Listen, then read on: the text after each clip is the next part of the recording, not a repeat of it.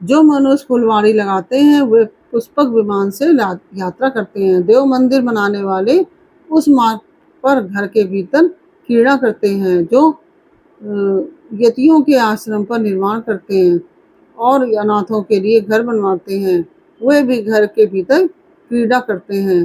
जो देवता अग्नि, गुरु, ब्राह्मण, माता और पिता की पूजा करते हैं, वे मनुष्य स्वयं ही पूजित हो अपनी इच्छा के अनुकूल मार्ग द्वारा सुख से यात्रा करते हैं। ओम नमः शिवाय। कैसे हैं आप लोग? ईश्वर कृपा से आप सब अच्छे होंगे। ईश्वर सबके कृपा बनाए रखे, सबका कल्याण करें। आज मैं बताने जा रही हूँ श्री शिव महापुराण के उमा संहिता का अध्याय नंबर 11, यमलोक के मार्ग में सुविधा प्रदान करने वाले विविध दानों का वर्णन। ओम नमः शिवाय, ओम नमः शिवाय, हर हर भोले नमः शिवाय। गंगाधराय शिव गंगाधराय, हर हर भोले नमः शिवाय। नमः शिवाय, ओम नमः शिवाय, हर हर भोले नमः शिवाय। ओम नमः शिवाय। व्यास जी बोले, प्रभु, पापी मनुष्य बड़े दुख से यमलोक के मार्ग में जाते हैं। अब आप मुझे उन धर्मों का परिचय दीजिए जिनसे जीव सुखपूर्वक यम मार्ग पर यात्रा करते हैं। सनत कुमार जी ने कहा कि मुने, अपना किया हुआ शुभ अशुभ कर्म बिना विचारे विवश होकर भोगना पड़ता है। अब मैं उन धर्मों का वर्णन करता हूँ जो सुख देने वाले हैं।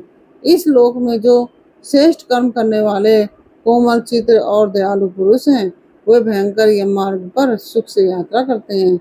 जो श्रेष्ठ ब्राह्मणों को जूता और खड़ाऊ दान करता है, वह मनुष्य विशाल घोड़े पर सवार हो बड़े सुख से यमलोक को जाता है। छत्र दान करने से मनुष्य उस मार्ग पर उसी तरह छाता लगाकर चलते हैं जैसे वहाँ छाते वाले लोग चलते हैं, जैसे यहाँ छाते वाले लोग चलते हैं। शिव का दान करने से मनुष्य रथ के द्वारा सुख से यात्रा करते हैं। शैया और आसन का दान करने से दाता यमलोक के मार्ग में विश्राम करते हुए सुख पूर्वक जाता है। और जो बगीचे लगाते हैं और छायादार वृक्ष का आरोपण करते हैं अथवा सड़क के किनारे वृक्षारोपण करते हैं, वे धूप में भी बिना कष्ट उठाए यमलोक को जाते हैं। जो मनुष्य फुलवाड़ी लगाते हैं वे पुष्पक विमान से यात्रा करते हैं। देव मंदिर बनाने वाले उस मार्ग पर घर के भीतर क्रीड़ा करते हैं। जो यतियों के आश्रम का निर्माण करते हैं और अनाथों के लिए घर बनवाते हैं, वे भी घर के भीतर क्रीड़ा करते हैं। जो देवता अग्नि, गुरु, ब्राह्मण, माता और पिता की पूजा करते हैं, वे मनुष्य स्वयं ही पूजित हो अपनी इच्छा के अनुकूल मार्ग द्वारा सुख से यात्रा करते हैं। दीपदान करने वाले मनुष्य संपूर्ण दिशाओं को प्रकाशित करते हुए जाते हैं। गृह दान करने से दाता रोग शोक से रहित हो सुख पूर्वक यात्रा करते हैं। गुरुजनों की सेवा करने वाले मानव विश्राम करते हुए जाते हैं। बाजा देने वाले उसी तरह सुख से यात्रा करते हैं मानो अपने घर जा रहे हों। गौदान करने वाले लोग संपूर्ण मनोवांछित वस्तुओं से भरे पूरे मार्ग द्वारा जाते हैं। मनुष्य उस मार्ग पर इस लोक में दिए हुए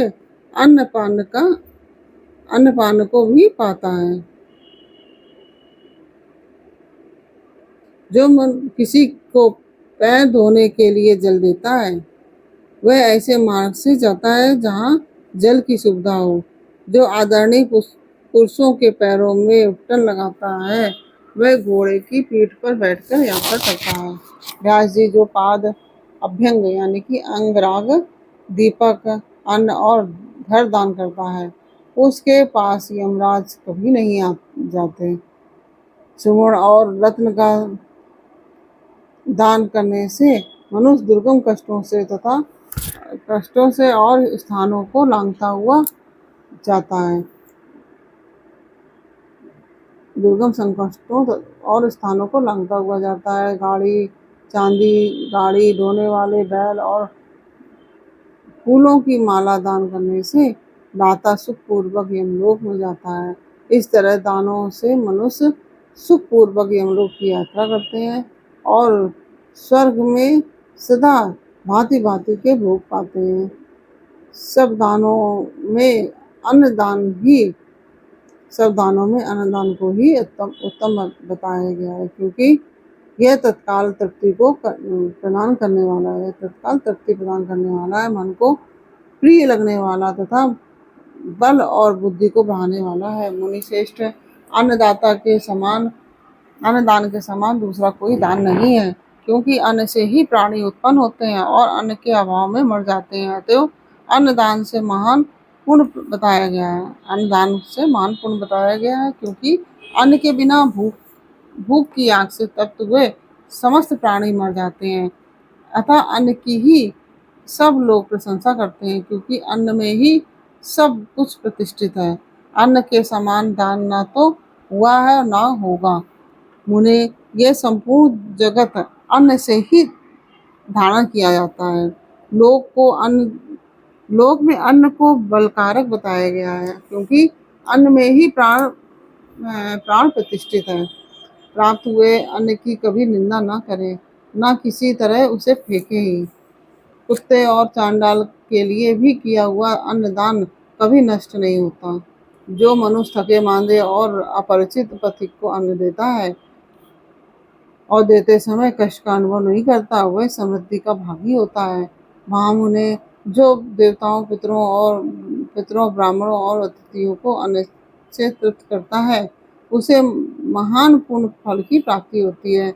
अन्न और जल का दान शूद्र और ब्राह्मणों के लिए भी समान रूप से महत्व रखता है।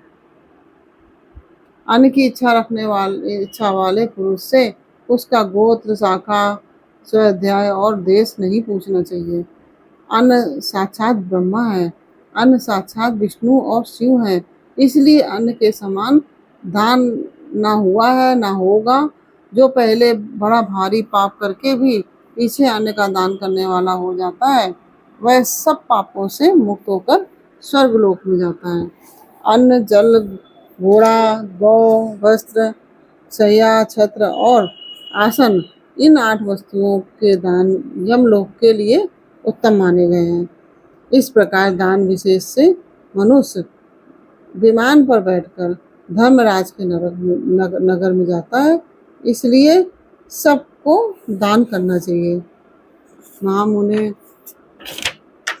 जो इस प्रसंग को सुनता है अथवा श्राद्ध में ब्राह्मणों को सुनाता है, उसके पितरों को अच्छा अन्नदान प्राप्त होता है।